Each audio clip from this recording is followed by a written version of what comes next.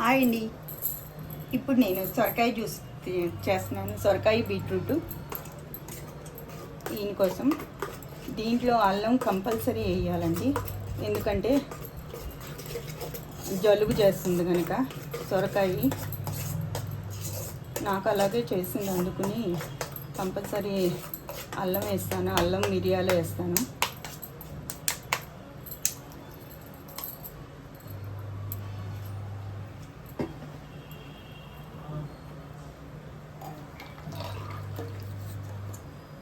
Beetroot ఇది అండి, సొరకాయ.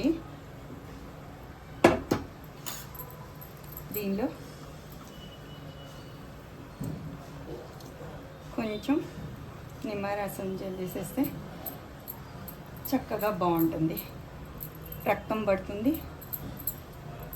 మెయిన్ రక్తం పడటానికి నేను అప్పుడు తాగింది.